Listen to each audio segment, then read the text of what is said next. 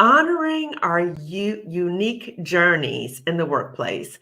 This is for Black women. You know, on my channel, I talk a lot about Black women and toxic jobs, but I do understand that it's a continuum in terms of the experiences that we have as Black women in the workplace. So I wanted to bring on two Black women who have been best friends for 40 years. I wanted to bring them on so we could talk about the unique experiences of Black women in the workplace, and for us to really give honor to these different experiences. So we may not have the same experiences, but how do we learn from one another and support one another? So I am excited to have the Black Boomer Besties from Brooklyn here today. And if you don't know me already, I'm Dr. Kamani. I'm a licensed clinical psychologist, a toxic job survivor, but more importantly, I'm a toxic job liberator for Black women. I'm also the co-creator with Mercer Price of the Job Liberation Virtual Summit for Black women. And we're having the How to Get Ready to Leave a Masterclass October 20th. So that will be 5 p.m. to 7 p.m. Eastern, October 20th, giving you all the tools and what you need to do to get out of a toxic job. So that information is going across the screen. It will also be in the description section.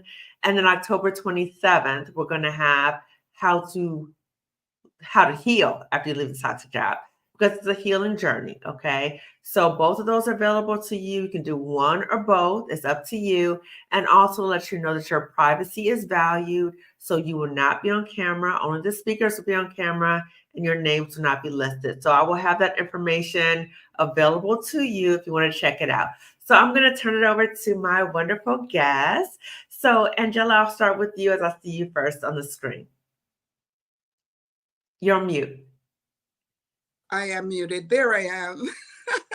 Hi, Dr. Kamani, and all of your amazing, wonderful listeners and viewers. My name is Angella Fraser. I'm a joy strategist. I coach naturally skeptical and risk-averse older women design the joyful lives they deserve. And I am the co-host and producer of the most amazing podcast, Black Boomer Besties, from Brooklyn, with my best friend of actually almost 50 years. Oh my goodness. Dr. Leslie Osei-Tutu. Wow. Okay. Leslie, introduce yourself, please. Hi, everybody. I'm Leslie Osei-Tutu. I am one of the besties, and I am so glad to be back with you, Dr. Kamani. Thank you for inviting us over. I am a mom, a sister, a bestie, and I also have a penchant I'm an organ donor, so I really am an advocate for the organ donation world. In addition to that, I've been a sexual violence advocate for my county, supporting people, women and men, who have no voice or feel they have no voice in that arena. And I also want to say that as a physician anesthesiologist, I'm practicing, but I've also been a medical missionary all over the world, supporting people who don't have access to needed surgeries. So, and here I am with you. So yes, I'm happy to be here. Awesome. And I've voted. Yes, I was just about to say, everybody look at Leslie's shirt. I love her shirt. And that is all a sign Excuse for me, us. I'm voting. I've already voted. Yes. Let's all get our voting plan together and make sure we vote. Okay. You need to vote. Okay. So, ladies, as we go into this conversation, I think it will be helpful for us to frame the conversation and having understanding about your unique job experiences. So we're going to frame it in terms of what you've experienced, Angella, and what you've experienced, Leslie. And so we're going to talk about like just snapshot of what you've gone through, and we can go as deep as you want to. As I said, I love going deep. Okay. So, go deep. So talk about what have been your unique job experiences. We've talked about Pets a Threat. So again, anyone who's watching this, if you're not familiar with Pets a Threat was created by 3 Black women researchers. I always say their name because people try to steal their work. So Pets a Threat is 3 Black women researchers, Dr. Juanita Johnson-Bailey, Dr. Keisha Thomas, Dr. Rosemary Phelps. Pets a Threat deals with when a Black woman comes into the workplace and she is just doing it. They love it, right? She is doing so well. We love Angella. We love Leslie. Oh my God, she's so smart. And then one of you If you start outshining somebody else in the workplace, then there's a shift in terms of how you're seen and treated from the pet to the threat. Okay. Mm-hmm. But Angella also came up with a term, pet to pariah. I'm going to start using that too. Okay. That's something to think about. So maybe Angella, we'll start with you to give a snapshot of your job experiences. Sure. So I had been in the tech sector for almost 30 years before I left in late 2016, early 2017 to become an entrepreneur. So my experience has been a very kind of creative thinker in a very logical, it goes without saying, in tech, there are a small percentage of Black folks and even smaller percentage of Black women. And I rose in the ranks in IT, and that has been the core of my experience as, both a receiver of toxicity and also a leader who was able to stand in for others who were experiencing toxicity at work. Can you speak a little bit about how you stood up or when you observed that? What did that look like in the workplace for you? My experience in a toxic, or what I could do to help. I'll start with my experience in the toxic environment. So the one kind of most painful experience I had is having a leader, my direct manager, who just told lies after lie, like actual, I did this when I didn't, I was here when I wasn't, I thought this when I didn't, I accomplished or didn't accomplish this when I did. Just a series of lies. Slander. Yeah, just really intent on damaging my reputation. I think because of jealousy between the relationship that I had with her manager before she arrived. So he and I just had a very, he was my sponsor unofficially, but he saw me fully. And then she came in, and I do believe there was jealousy there. And that led to that situation, which was hugely painful. And, but I made some decisions there, which I'll talk about after I give Leslie a chance to speak. I made some decisions there, which I, to this day, just kind of have to pat myself on the back, because they were so right and they were so on time. And I'll forever be grateful to myself for having done that. Yeah, I just want to say this, Angella, before I go to you, Leslie, is that you really spoke to honoring what you were sensing, like, this is not right. There's something not quite right. And I think you're going to talk about ways that you recognize your agency to make change and to pivot. And so I would love for us to talk more about that a little later. So Leslie, what about for you? Because I know you had a career pivot. So too. I certainly did. When I was in my 20s, I was a high school chemistry teacher, science teacher. And while teaching for about 7-8 years, I decided, you know what? I didn't love it. My many family members were in education, so I thought that might be a good path for me, being a single parent at the time. But I didn't love it, and that was not where my heart was. Since I was about 4 or 5 years old, I've always said I wanted to be a doctor. And I just said to myself, if I don't try to achieve that goal, I may live with a lifetime of regret. I remember applying to medical school, and I said, I'm going to try one time, and if I don't get it, I'll continue teaching. By that time, I had gotten my master's in education and what have you. But it was going to really be a default and a loss if I did not really reach for my goal. And I, thank God, I entered medical school. I was about 36 years old. Wow. And I was one of the elders in my class, I would say. by the time I finished at my medical school and my training, I was over 40. Mhm. And remember, Black physicians are 5% of the population. So Wow. we are only 5%. Mhm. As an anesthesiologist, and as a Black woman physician, we're probably under 2%. Wow. So you can imagine, here I am achieving my dream and just loving life and loving my patients and patient care and clinical work, but I didn't see many people that looked like me. Right. So in that respect, Mhm. being a girl from Brooklyn and really being part of my own community, Mhm. I felt a little lonely in that regard. Mm. And even now, I go to some venues or I'll go to Newark Museum or different places like that. And it's like, man, I love seeing my people. You know, it's like I love taking care of people and I take care of anyone. But Mhm. sometimes in that regard, in a cultural sense, Yeah. I miss being around my people. Yeah. So Yeah. even though you followed that dream and it afforded you many things in terms of being able to fulfill what you wanted to do, there's a degree of Yeah. loneliness. Yeah, yeah. Mhm. So I'm not necessarily working in my neighborhood, in the neighborhood that I grew up. And that Mhm. was the vision that I had for myself when I wanted to be a physician.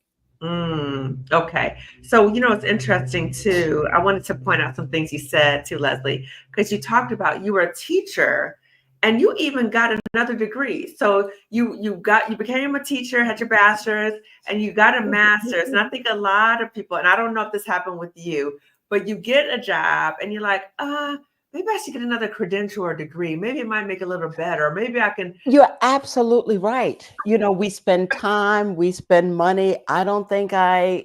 In fact, I finished my master's degree in education, and 4 months later, I entered medical school. So I never used it. Wow. Wow. Isn't that something, You right? know, I guess it's that we feel this need to overachieve in Yes. order to be present and respected in our circle. So I actually received my degree as a fallback in case I had to stay in education. I Mm, wanted to be credentialed in that way, yes, even though right. it wasn't an absolute requirement It wasn't a at the time. requirement. It wasn't a Yeah. requirement, but we've received the message that sometimes we have to get extra, extra, extra to be seen in a certain way or to Yes. promote or do all these other things. Yeah. But what was so interesting too about your story, Leslie, that I wanted to highlight is you knew that that was not your dream job, but you kind of just stayed in it. You were just going to try to make Yeah. it happen, but you were just like, this is not for me. And I think a lot of Black women get in situations like that where they feel like, this is not for me. But what many Black women do too is say, oh, well, I guess I got to just stay here. This is it. I can't do Yes. anything different, right? Yes. So I love what you said. Like, you're like, no, I'm going to apply to medical school. I don't care. We're going to make this happen because it's my dream.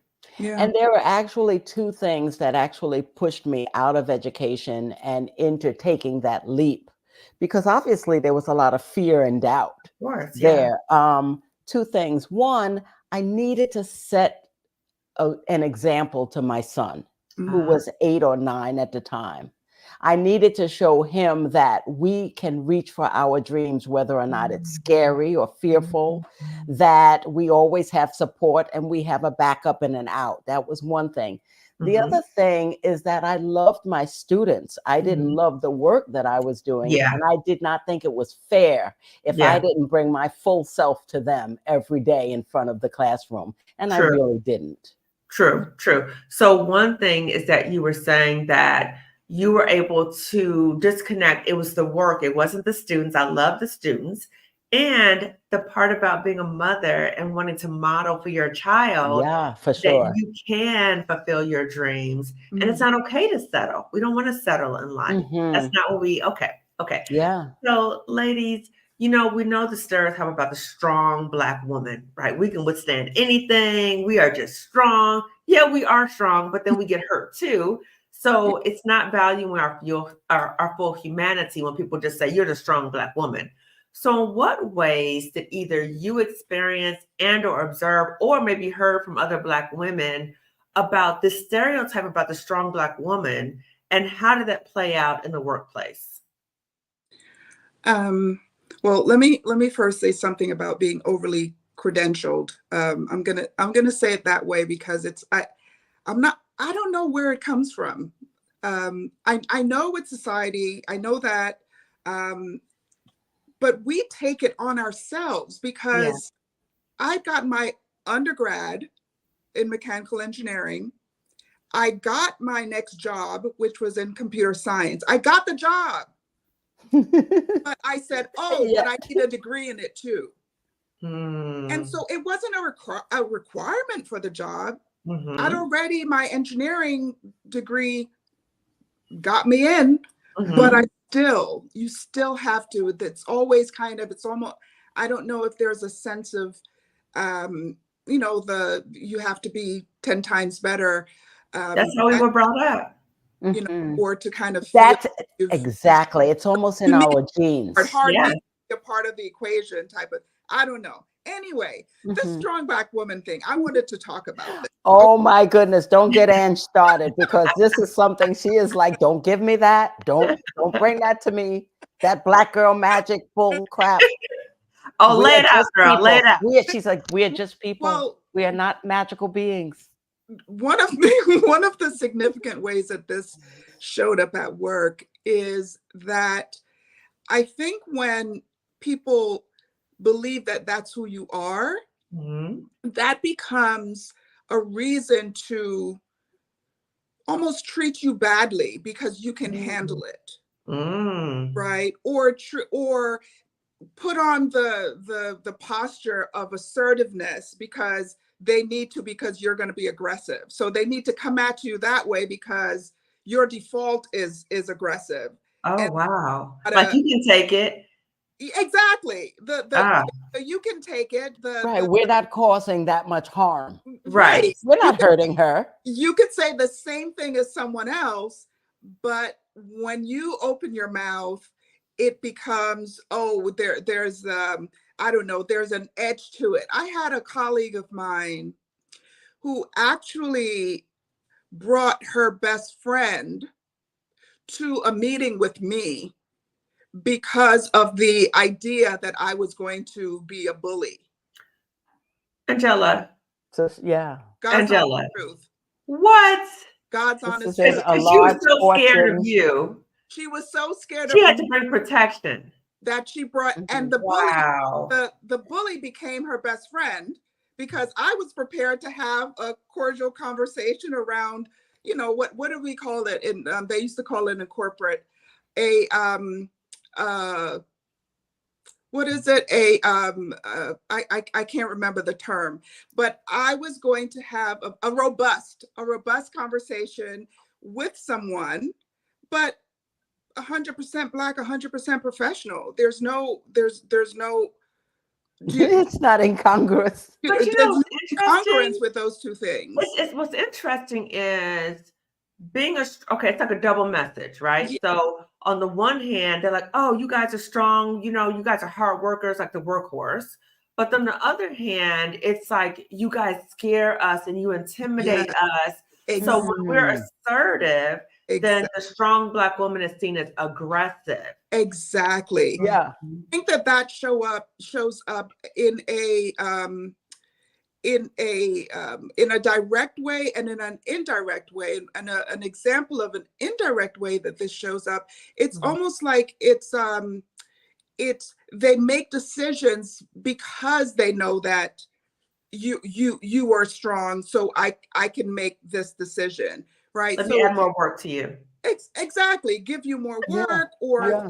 think that you don't need the time off that somebody else might need. You don't need You protection. don't need rest. You'll be okay with this decision. Somebody else, Mhm. their feelings may be hurt, things like that. So it's almost Mhm. kind of you know, the word prophylactic is coming up, but I'm not sure that that's exactly the right. It's almost like in a preventative way, like we're going to get in front of the strength by doing things to counteract the effects that we will feel by putting this woman in this place. We don't want to have this situation, so we're not even going to include her in it because we believe she's going to act one way or another. Yeah. And you know what? She'll be okay if we don't do these things with her. I've even heard Black women in situations where they may not get promoted and someone who's less qualified is promoted, and they'll say, well, you know, she's got a lot of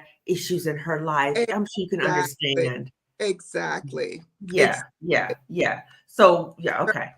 But also the problem, Ange, that you're describing becomes more toxic and problematic when these people start speaking to others and influencing others about, well, you know how Ange is. It's like that Angella, she is a problem and this, and it's like, well, no, I really didn't know that about her, but tell me more, you know. Exactly. Yeah, because they get the opportunity to be in other people's ear. More than you do. And that's why, Dr. Kamani, I wanted to, at some point in this conversation, talk about how are we kind of being our sister's keeper in the workplace as Black women? How can we, you know, even if things are going great for us as individuals, how are we looking out for those people who may be struggling and don't have a safe place to come and talk about it? Because the assumption might be in other circles that, oh, it's their fault, or you need to do this, you need to be more passive, you need to be more, you know, more amenable to whatever the issue is, when in fact, maybe, but probably not. No. You know what I mean? Probably say no. Yeah. And in fact, I would love for us to talk about that now in terms of being our sister's keeper, because I think there's been a range of responses with that too. So for me, when I was going through the toxic work experiences, many of the Black women at my job were nowhere to be found. You know, they kind of stepped back. And I think it was because they had a level of fear of, we see what's happening to her with their retaliation. We don't want that to happen. We know how that can. And they step back, or they might talk to me in private about, oh, I'm sorry that happened. But a lot of them just vanish. And I'm so glad you actually talked about that, because what I would have appreciated was them just saying, you know what? I'm not on the same page with you, or maybe I don't want to fight them in the way you are, but I support you. And I want you to do well, and know that I'm here to support you. Even if I'm not out there with you, I'm here to support you. But when you ghost people, or you just let them out there, then that adds to the level of pain you experience when you're in that toxic work. And because there were other Black women, and I knew they knew what I was going through, but it was a sense of abandonment by Black women who were bearing witness to what I was going through. So let's talk more about that. But not just abandonment per se, Dr. Kamani. I think it also sends a message to those aggressors that you are by yourself and have no support. Yeah.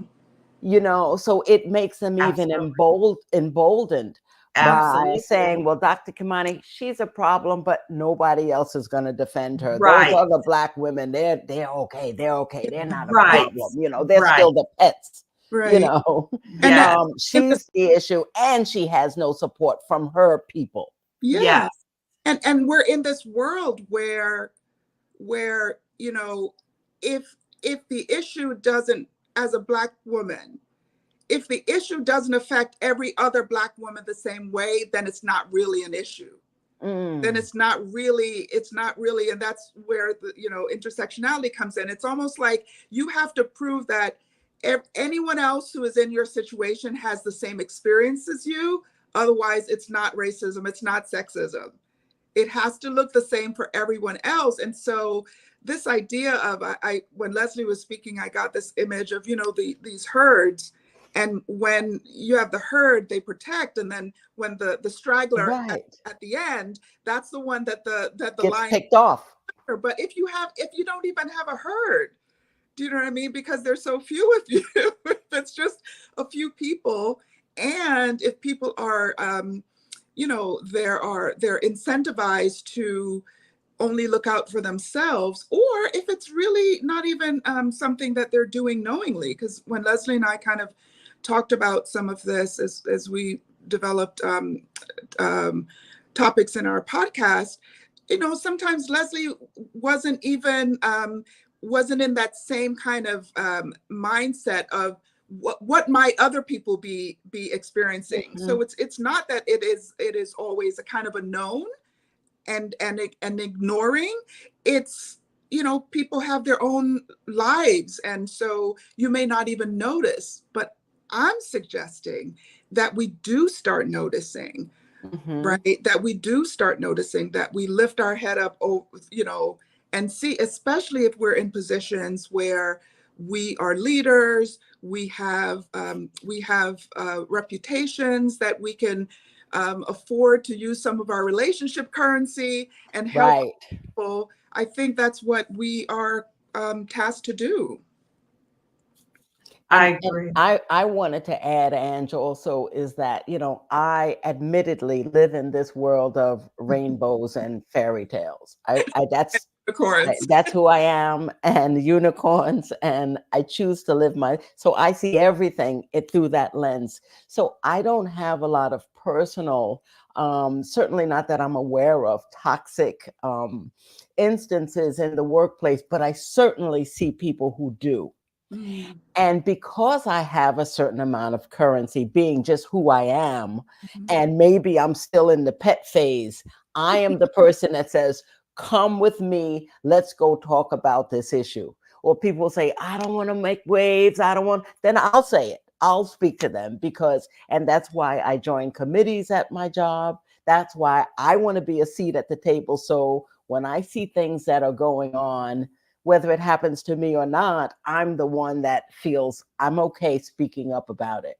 And then I'll go back and say, well, let me tell you what they said, and this is what's going to happen. Let me know if you have any other issues. Wow, that is powerful, Leslie. Like that, I wish I had that. I wish I had that because I Yeah. think what many people experience, and I see a comment in the chat, even when you share, others don't believe you. Yeah. That's the challenge, is that Mm-hmm. people may not Can't believe be. you, or they may kind of discount you because in a lot of ways they bought into that white supremacy way of being. Mm-hmm. Even if the people are not white, they could be other Black people, they could be people of Sure, color. sure. They bought into this notion that for me to excel, I got to step on you, or you got to go Oh, because you might yeah. interfere with me getting something.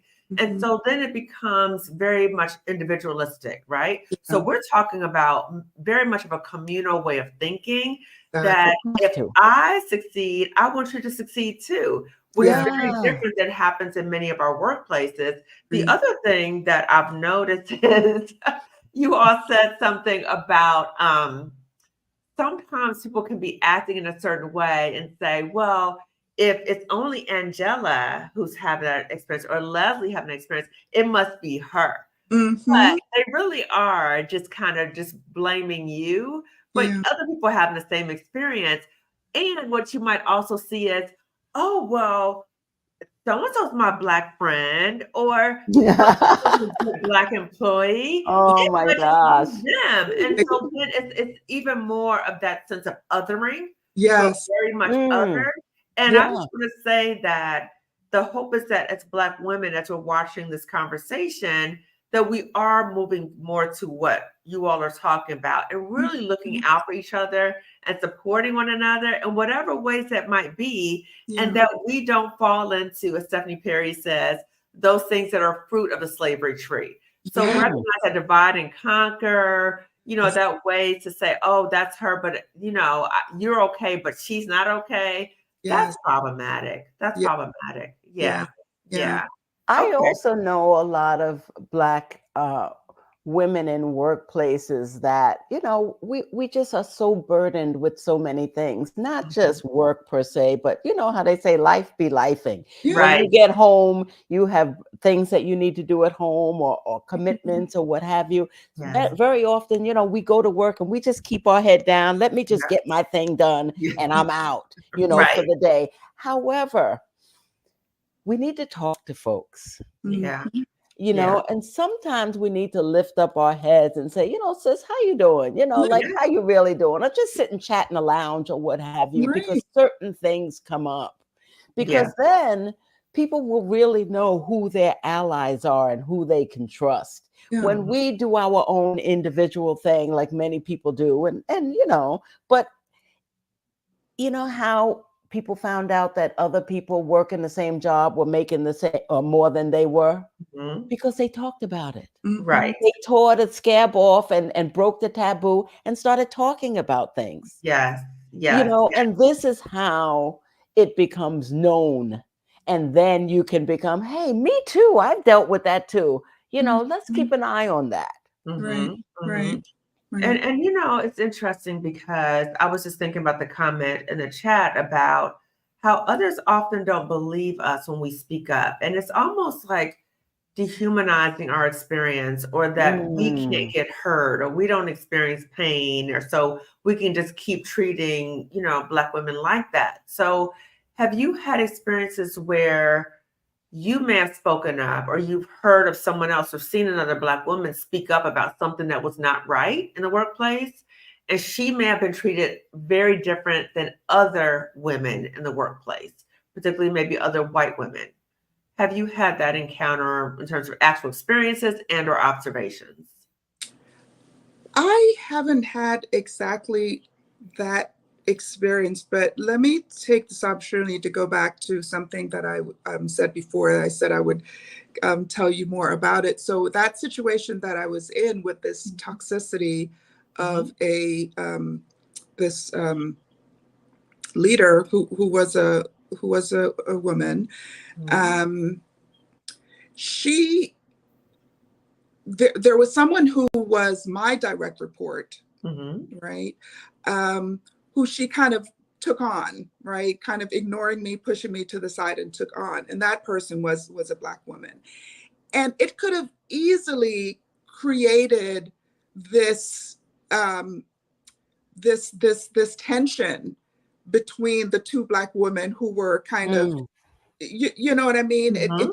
She set it up. I think she set it Of up that course, divide and conquer. Yeah. Yeah, way. yeah. And but the opportunity that it gave me, and I'm going to say it this way because when people want to know what we have to go through to become joyful, to become people who seek out joy in their lives, it's because we've been through experiences where you learn that when you make those choices, they really pay off. So what happened with me Mm. is that I That's deep. purposefully, I was like, I am not letting go of this other Black woman. I'm not letting go of her. Mhm. I don't care what has been set up.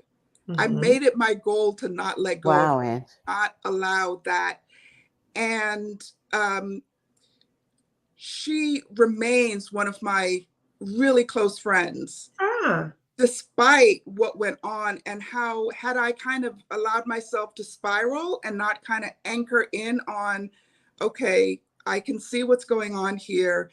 It's hard, but understand what forces are kind of going against you and Mm. what they're trying to do, and they're trying Mhm. to kind of create this dissonance between Black people, and Mhm. it's just Mhm. not something that I could co-sign. Yes. And I don't know where the strength came from, but that was my resolve. Yeah. I think what you're saying, Angela, is that you were able to see exactly what was happening. You were able to see the divide and conquer. You were able to see, like, they wanted you to take the bait, or they wanted her to take the bait. And you're like, nope, I peep what's I'm going not doing on, that. and I'm not doing that. Exactly. I'm not going out like that. I'm just not. And that was one of the ways that I felt that I was in the good fight. Do you know what I mean? Mhm. That she did not have the power that she thought she had, Mhm. because I had decided to do this other thing and to fight against her in this way. Yeah. And it became a real source of strength for me during a time where in other ways I had very little power. You know what I mean? So it's really, I think it becomes really a call to action for the individual to decide what it is that you're willing to do. How much are you going to invest in your authenticity, and how much are you going to allow the blows of life change who you are? That's How a good point. Yeah. dig in, you Yeah. know, you're going to dig into yourself, Yeah. and how much you're going to allow the blows. And I'm saying this again, I'm saying this from experience. I'm not speaking on theory. I'm saying that that type of work pays off. It pays off in so many ways. You go from strength to strength to strength when you invest in yourself in this way, you know? So You true. know, but what I'm hearing though, Ange, I'm just going to look at it in a little bit of a different way. The psychological hijinks that you had to go through to get to that spot, True. whether you came out stronger on the end or not, because we all learn from our experiences and hopefully we become better people because of it. But it's still weathering. It still took a toll on you. Yeah. I'm sure as a mom, you know, as a partner, It was you still terrible. came home in a certain way and weren't available to the people that you chose to be with. This is your work. It was terrible. You know, this is not your life. This was your work. Yeah. And no matter what, you come home when you want to kick the dog. You know, it's like Yeah. after, you know, in the end, the dog will be all right. The kids will be all right. But you know what? You may have one more wrinkle as a result of it. A Yeah. good story to tell. And, you know, again, in my rainbow world, I wish that these things were not necessary. I wish we didn't have to go to work to do this stuff. Yeah. You know? The thing here's what I'm going to say in response to that, which is all true. But and we talk about this last on Black Women Besties from Brooklyn. What you have to engage your faith. You have to, when your faith says that, you know, God doesn't promise you that you're not going to go through stuff. Yeah. Right. But what is the learning in it? Then you go through it thinking, I'm supposed to be learning something. What am I learning? What am I learning? Lord, what are you trying to tell me here? That's what you have to turn up. It becomes this thing that is an act of, it's almost like if you're trying to be in a fight and you don't want to get calluses, but calluses come from being in a fight. Yeah. You know what I mean? But you have to kind of develop these ways of getting through life where you come out better and not worse. But it's not that life is going to be happy all the time. You're in these situations, you got to fight, okay, what's my position here? What am I supposed to be learning? How am I going to come out better?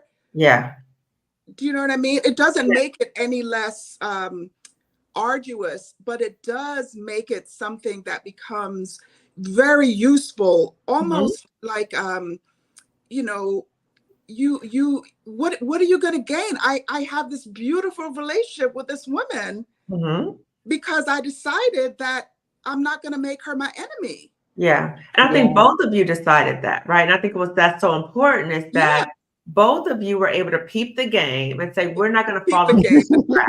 Peep the We're not game. going into this trap. We see it. We're not going to take the bait. I think sometimes it's not both people. And so what we're saying is the need for both people. And I think that's how we've survived as Black people for so long.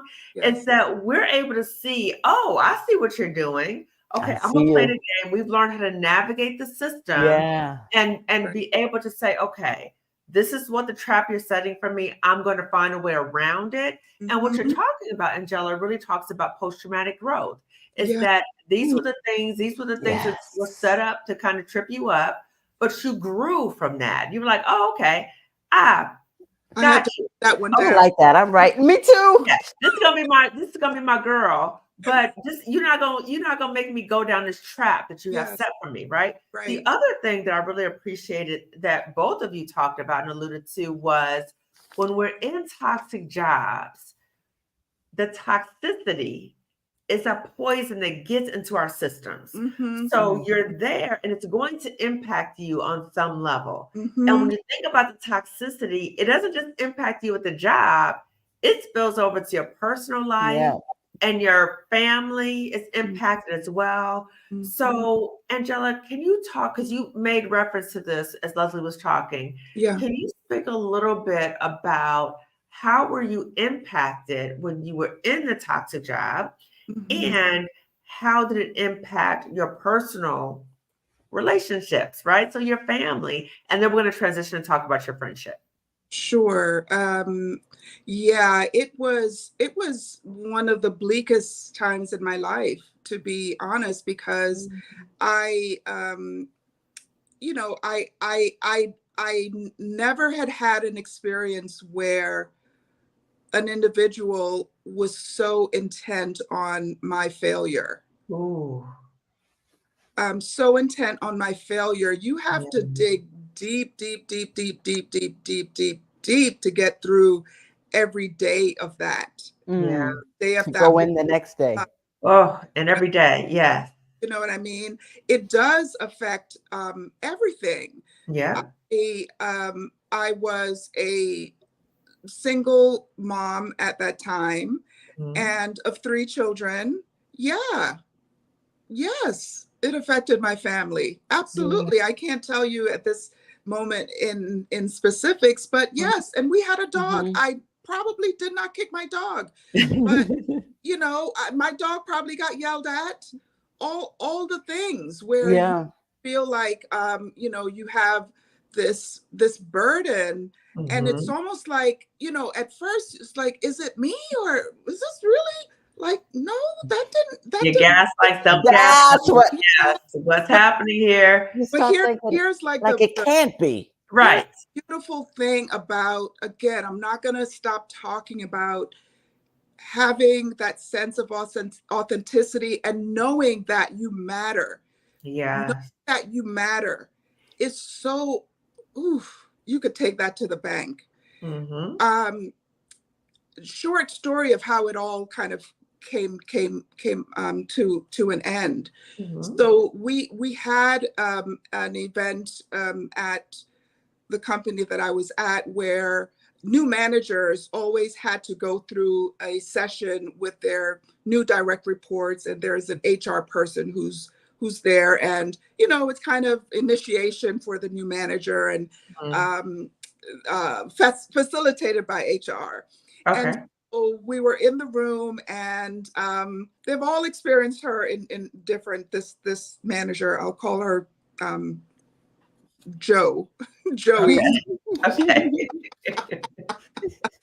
And we were all kind of asked questions, pretty generic questions about what do we know about Joey, and people Mhm. would say, oh, she's from this place, she's traveled, Mhm. she's many, questions, answers like that. Mhm. And so when they came to me, I said, Oh, I remember well, this. I know Joey is mean spirited. That's what I said. Wow.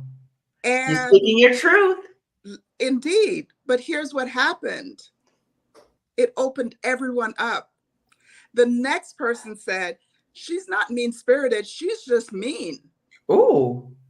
And then boom, everything blew open. All the niceties Wow. stopped. Everybody was Meeting with her, and she made this person cry. She's been telling lies about me. It all blew up, blew up. Wow. Did And you know that they were HR, having similar experiences, Angela? they Did were you know that? all having, I did not know. Oh, you didn't know until that time. No. until you said, Wow. listen, what Wanted to I know of say what I Joey. needed to Right. say, because this whole system was in place for a reason. It was in place for us to talk. If we weren't going to honor the intent of this process, then what's the point of it? I don't go through shit just to go through shit. I just Right. not me. I see that all Yes. the time. I don't They do put it. out You put these this in place, employees. all that I can Yes. get out of it. Period. And it opened it up, and HR, basically what's supposed to happen is HR is supposed to take the information and go back to the manager and kind of talk. They couldn't do that. They couldn't do that. Anyway, 2 weeks later, she was gone. Oh, wow. Amen. Now that Amen. is amazing, right? Amen. Because I think for most of us, because me, and I think so many Black women I work with, is the workplace bully is well known Yes. by the system. The Yes. upper management, human resources know about this person because they've been complaining about it. The workplace bully, same with me, right? Yes. But she was promoted, Yes. right? Like kept going up. And so part of, I think the challenge is when we recognize these things, sometimes you try to make logical sense of it. Like, it Yes. doesn't make sense. She's not qualified. She's Right. mean-spirited. Yeah. She makes people cry. Like, she does all these other things. But sometimes when you realize this is not going to make logical sense because I'm in a toxic system, that's when it's like, okay, I need to start pivoting out of here. Yeah. Right? So what would you all say? This is a new question I just thought about. What would you all say to Black women? How can they distinguish between, okay, this is a situation where if I report it, the supervisor might leave and they might believe me, or this is a situation where they're going to protect the supervisor no matter what, and they were going to come for me? Listen, self-agency and advocating for self should not be up for conversation, should not be up. It should be a given. Okay. Right? It should be a given. You don't know what the outcome is, and this is not game playing. This is not game playing, and I'm never someone who kind of strategizes in terms of what other people are going to do. I don't build my strategy that way. I'm a joy strategist. I build strategy on what you can do and what you have the ability to do, regardless of what everyone else does. You've got to have that sense of control for yourself. So my answer to that is one should always take action that comes from a place of acknowledging and honoring self. Right? And all of the other stuff that comes with it, self, your person in terms of how God sees you, your personhood in terms of your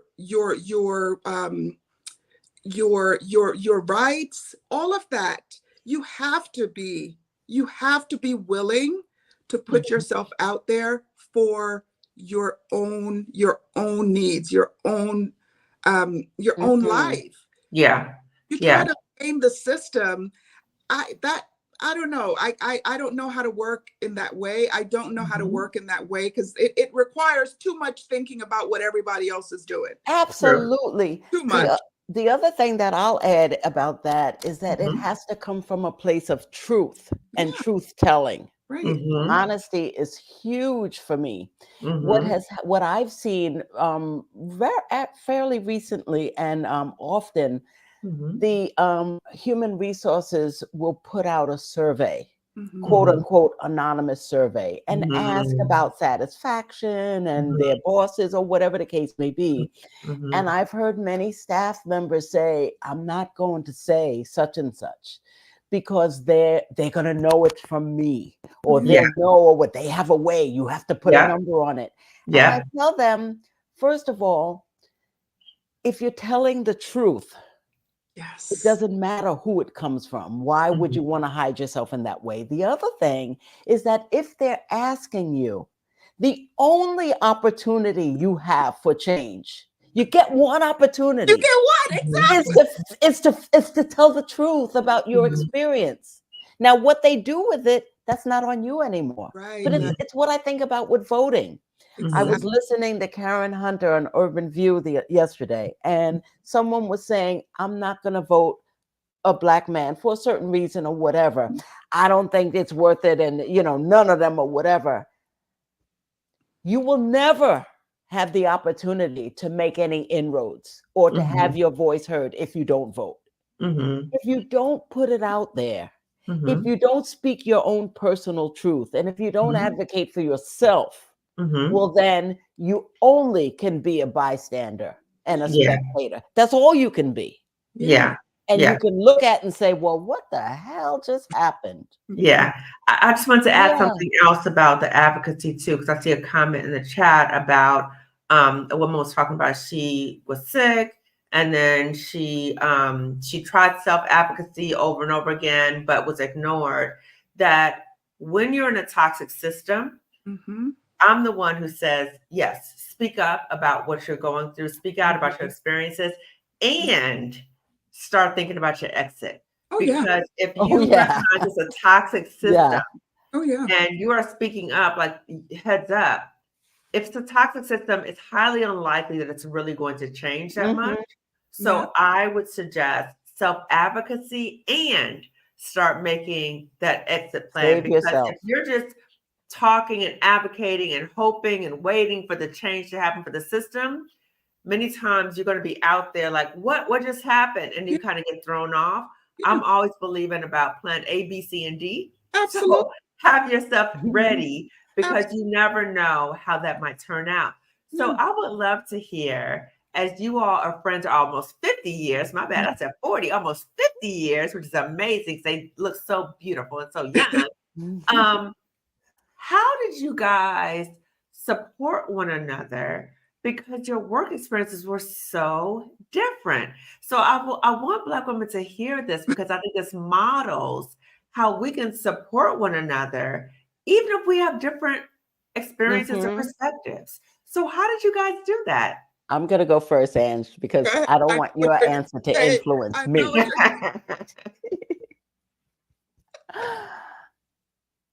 A couple things I'll say, but the most important thing I could say about Ange is that she knows my heart. And she has known my heart since we met in 1978 in our, or 77, I think it was, in our 10th grade in high school when we met in Brooklyn. And in other words, she knows what I feel. She knows what hurts me. She knows what moves me. And she knows what brings me joy. Yeah. So whether or not she can actually understand the inner workings of my day to day, she understands just from speaking to me, and we speak several times a day about what's going on, or and she supports me in that way. I also call her my I'm forgetting the term, but she keeps me honest. She's like, Les, that's not what you want. Don't think about what it is that your sister wants. Don't think about what I want. She says, you have to do what's right for you. And if you don't even tell anybody about it, you don't have to. So in other words, Ange has always given me an ear. One of the things that I love about her, of the many things, and now I'm like gushing, but you didn't pay me to say this, is that you've always made time for me, even though I know you were busy. You could be in the middle of anything and you would give me your ear and make me think that your time was always for me. And I've always appreciated that. Wow. That's beautiful. So don't stop now. Don't get busy now. Let me tell you, if you want to, what I thought you were going to say, Les, you always, she would always say when I was in corporate, Ange, I don't even know what the hell you do. I never knew. I never understood what she did. I would tell her something that I'm doing, or some software we're about to release, or why I have to, why I'm trying to build my team a certain way, or whatever. What is it that you even do? You know what I mean? Because Leslie is so much the thing looks like this, and anything outside of this, I don't understand. That's why she's such a freaking good doctor. because her realm is very much, she knows the It's very realm narrow. Yeah. Mm. so well. She can tell you everything that's going on right in here, right? Mhm. Like eat, sleep and drink it. Let me tell you something about Leslie that Leslie to me is the epitome of grace.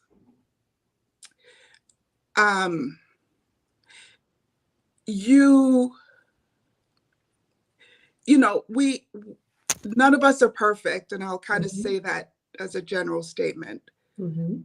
What I mean by that in terms of my best friend is all of my imperfections,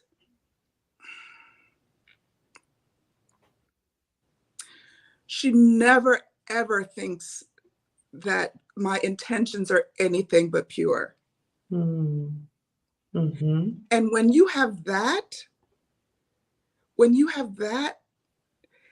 I can't think of any other safety that you can have is when, you know, you could tell somebody else what is going on and they would think of all the things that it points to. Oh, it means this.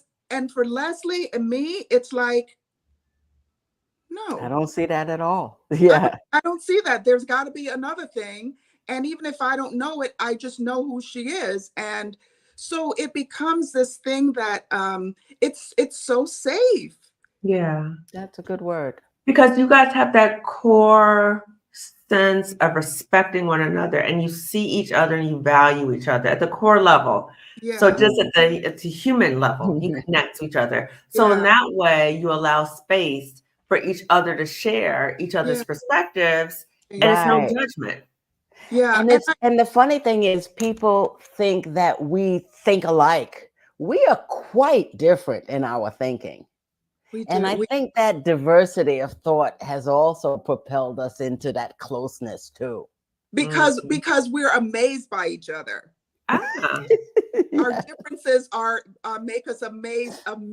When I say, I'm not saying like what I'm saying, I am amazed by some of what Leslie does and how she thinks. Like the way that she puts ideas together and the ways that she solves things. I'm amazed by it. And she's equally amazed by how the hell do you do that? Like, Yeah. oh, it's just how, you know Yeah. what I mean? It's that amazement is I think what makes the difference. So we seek Mhm. each other out for what we know we're good at. So Yeah. how do we tap into this for I am my sister's keeper at the Ooh, job? Oh, Do that's we tap good. into that in any way yeah. I without that think, sense of competition, and I'll right? tell you, for me, and I've been this way ever since I could remember. Mhm. There was I'm not sure what cartoon. Oh, I think it was Ralph Cramden. You could call me friend of the friendless. Do you remember I'm friends of the friendless? Leslie, these Well, people what ain't it even got is, our age group. yeah, I I don't know forgot. about that. We're too old for this. The honeymooners. I'm showing my age. But Okay. what I mean to say is that I personally befriend people that are unusual. Hmm. In my circles, I am friends with people who either don't have a lot of friends or people think we're odd together. People don't see what Leslie would see in this person. And the point that I'm trying to make is that if you go out on a limb and speak to people and connect to people who you don't otherwise think that you would have a connection with, Mhm. Mm. you'd be shocked at how much you, two people who are totally different can see eye to eye. Mm. Okay. So stepping out of our comfort zone Stepping out of your comfort that zone. we Yeah. can maybe learn or be inspired by other people. And I even remember a quote by my favorite artist, Prince, who said, he said, I'm not intimidated by anyone, I'm inspired. And Mm, so if we're in the Mm, workplace, just like you're talking about your friendship, you all are inspired by one another. So yeah. it's not that sense of, oh, she's got this or I got to do better than this. No, no, Yeah. no. How Yeah. can we as yeah. Black women be Right. inspired by each other in the workplace, and support one another. Yeah, yeah.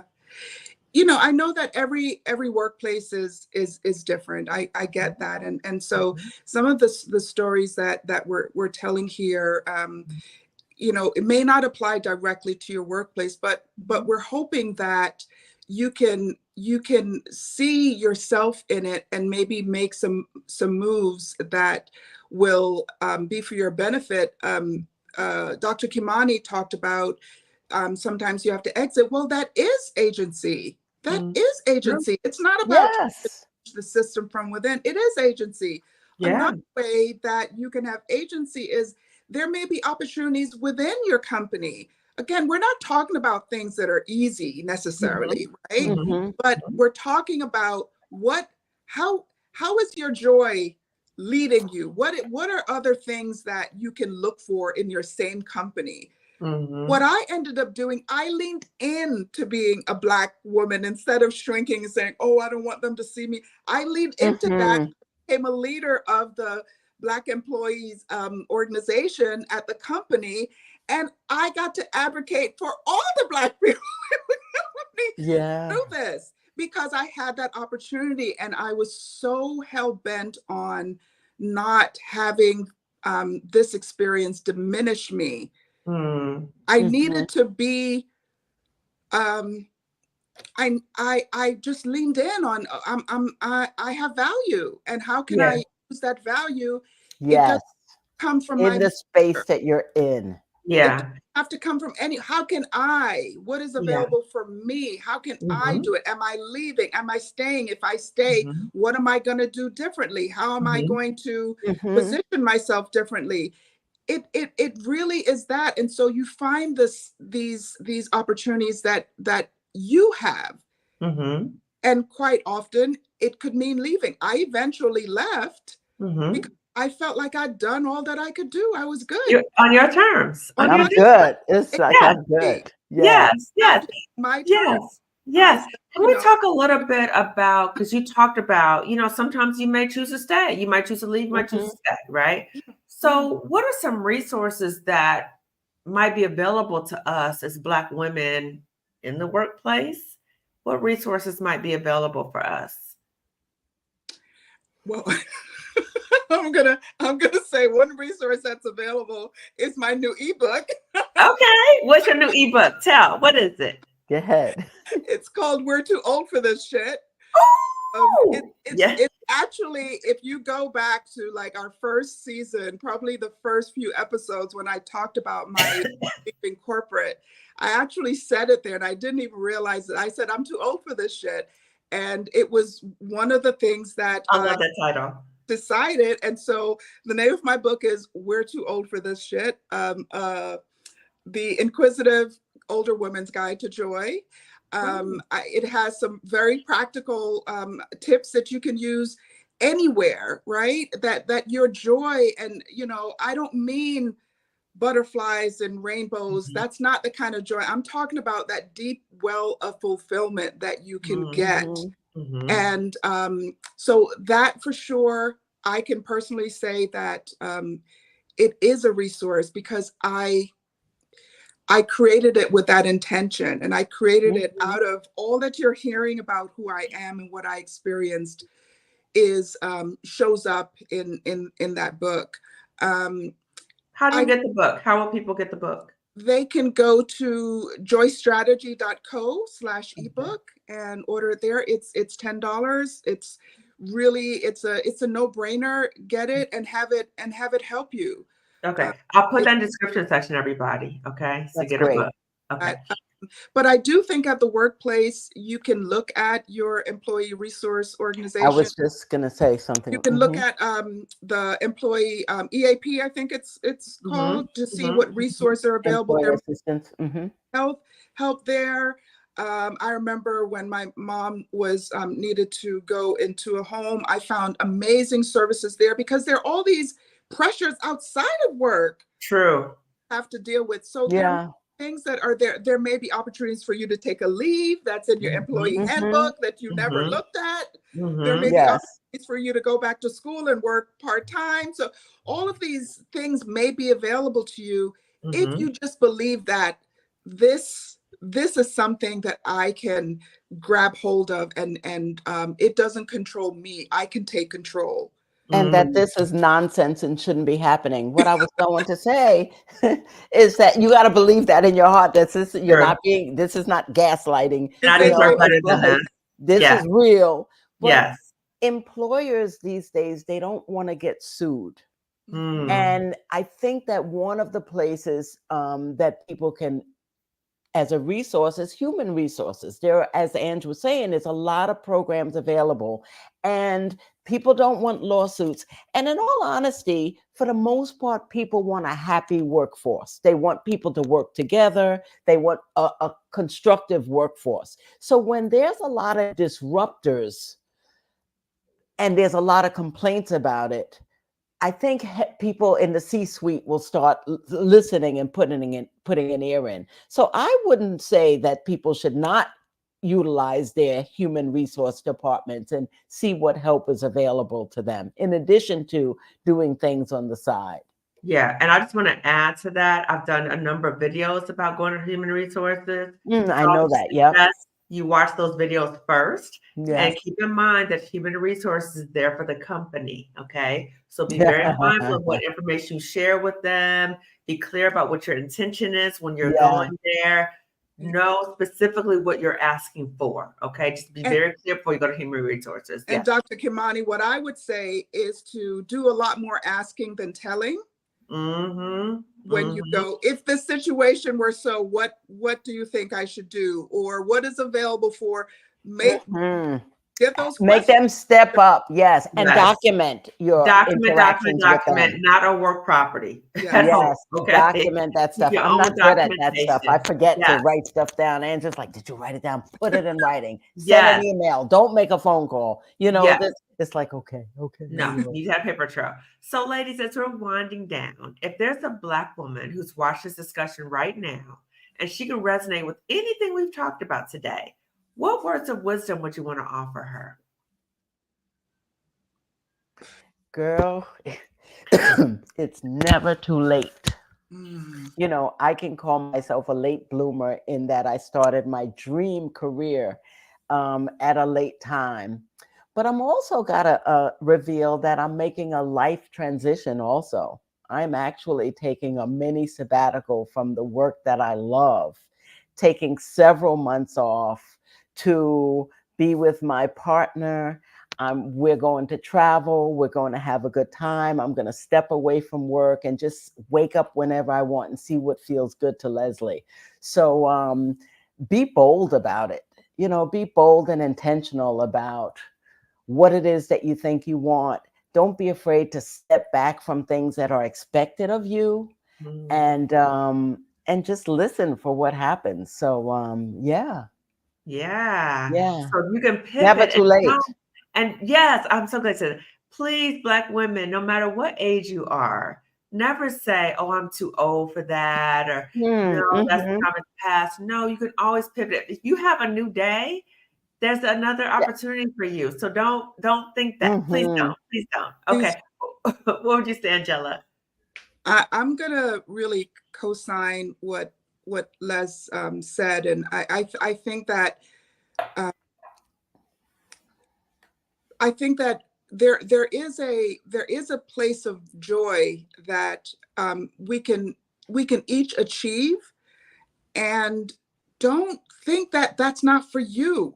Like it is for you. If you're not in that place, right, where you feel like, I feel really good when I do this. I feel really good about what is going on in my life. Even if it's not actualized right now, I feel good that I'm making moves. I'm making these moves. This feels right to me. This is fulfilling to me. I'm doing this. It's hard, but it's really fulfilling. That is what I would like to say, that you can have that, and it is your divine right to have it. True. Okay, ladies. So before I read the community chat, can you both share about services or products you have to offer, and also about your YouTube channel? Well, Go listen, ahead, I'll let my producer do that. Black Boomer Besties from Brooklyn.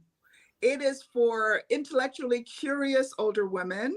We go into all different topics: love, politics, the hot topic of the day, books, all the things, and we just go really deep. And we encourage you to think deeply and to act boldly. So, Black Boomer Besties from Brooklyn, we are on YouTube, we're on IG, we're on Facebook. We have a website too that you can get some behind the scenes. And most importantly, we would love for your support through Patreon. We have a Patreon where we record behind the scenes after episodes, and we available to our Patreon subscribers. Bestie Squad. Yes, Bestie Squad. And the other thing, my ebook, it's brand new. I really honestly know that it will help folks. I know that my kind of Leslie and I talked about how different we are. Well, Leslie is someone who is she's risk. She doesn't do risk well. She's naturally skeptical, and it is written for people who are like that, who need a little more, ain't no smoke and mirrors, none of that stuff. And I really think that it will be helpful for you all to get that. Yeah. Okay, so again, everybody, I will put the information in the description section about how to access these things, and I put on the screen Black Boomer Besties from Brooklyn. Check them out. I love to watch them. Okay, Leslie, what about for you? Before I close, I just want to mention two organizations that I'm intimately involved in. One is New Jersey Medical Association. NMA, or the National Medical Association, is the largest Black physician association in the country. And we advocate for issues that are health issues specific to our communities. It is a group of thousands and thousands of Black physicians. We just had our annual meeting in August. And I think that the work that they're doing is top notch. Another organization I just want to mention, because I'm also active in that community, is the New Jersey. Is it the National Medical Association? National Medical is the parent association. My chapter is the New Jersey Medical Association. Got it. Okay. And New Jersey Black Women Physicians Association. It's an organization. The founder is Pamela Brugge, an OB-GYN doctor that is a close friend of mine, doing wonderful things. And we really get out there in the community in terms of community fairs and talking to young people and mentoring opportunities and things like that, because we want to make a change in communities and bring up some of those numbers that affect us more than other communities. We can do it because we're out there. We're only 2% in terms of Black women physicians, but we still have a voice and people still listen to us. So I just want to mention those two in addition to what Ange talked about. Awesome. Okay, so I'll put Black Boomer Besties from Brooklyn back up. Thank you. And then we're going to read the community chat, and then we're going to be finished for today. Okay. Hello, my loves. A wonderful topic and fabulous guest, Dr. Kamani. Thank you, my sis. Sounds familiar. Being credentialed doesn't hurt. It can help us in the event we need to pivot. Good point. My daughter was my motivation for getting my master's degree at 42 following divorce. We are used to having to think ahead. In the event something is brought to our attention, we can say, oh, I have that degree or certification. I wasn't sure if I would need it or not, but here it is, like insurance. Yeah, it is. So true. They want our assertiveness to deal with situations they fear, but not when it's directed at them. Yep. So true. I have even heard that they really needed the promotion for extra pay because they have some personal things going on. So that's, again, when they want you to give other people a pass who are not as qualified as you about promoting, but let's have consideration for them, right? We are not. So many Black women pander and want to be liked more than they want or value sisterhood. What do you think about that? Mm. Wow. Wow. You know, people have their own psychological issues and needs, you know, that, yeah.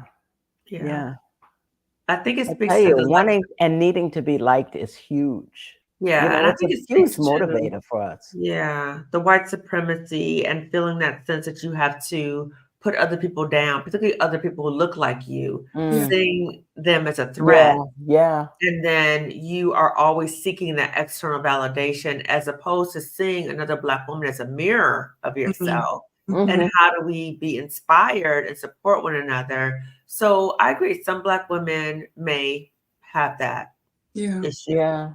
What were we going to say, Angela? You know, your experience is a teacher, but your experience should not be the only thing that you use to decide what to try next, right? Sometimes experience can be an inhibitor because what your brain is telling you is, well, I tried that and it didn't work. Yeah, you tried it one time. If you kind of ground yourself again in what is authentically you, what is, I refuse to believe that you aren't being guided. You may not slow down to hear, you may not be too busy, but you are being guided. And if you give yourself self-compassion and you listen to that voice, you will get so many more answers than you believe are there for you. And that's what I'll say. It's muscle that you develop, but then that muscle, when you need it, it's going to be right there for you. It's going to be there. Because you'll know what that feels like. Yeah. Okay. Next comment. Amazing discussion. Stay encouraged, sisters. Peace and blessings. Lack of support was a major finding in my study for existing healthcare roles. The new dog whistle is DEI higher every time someone of color advances in that profession. Yes, that's so true. This exactly happened in my last job.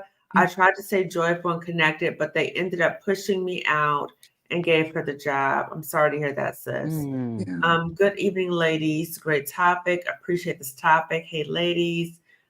Bleak and isolating. Black women are the most educated demographic. Yes, we are. Wow. About Angella finding out her coworkers were also being bullied. Glad to hear that the bully was gone after that. She talked about, okay, well, I mentioned that one already. When I was in labor, the doctor looked at me and said, wow, she's not in pain. I thought, why does he think that? Again, that's that racism, going back to slavery, thinking that, oh, Black people don't really experience pain. Yeah. And that's when we experience, the racism in the medical field. Oh And my gosh. the whole thing. Let's see. So the woman was talking about job market. Okay. So sis, the woman in the chat who was talking about challenges she experienced at her job, I want to say to her and to all Black women who are watching this, if you are currently in a toxic job or you have left a toxic job recently, that can be very, very painful. And so my hope for you is that you get whatever support you need. So I would strongly suggest, if you're not already in therapy, to please go into therapy. It just allows the space to process all that trauma. If you are currently in a toxic job and you want to figure out how to get out, please sign up for the masterclass, How to Get Ready to Leave a Toxic Job. So you can create an exit plan and be ready to pivot so you can replace that income. That is October 20th. Marissa Price and I will be doing that along with additional Black women guests. Again, it's for Black women.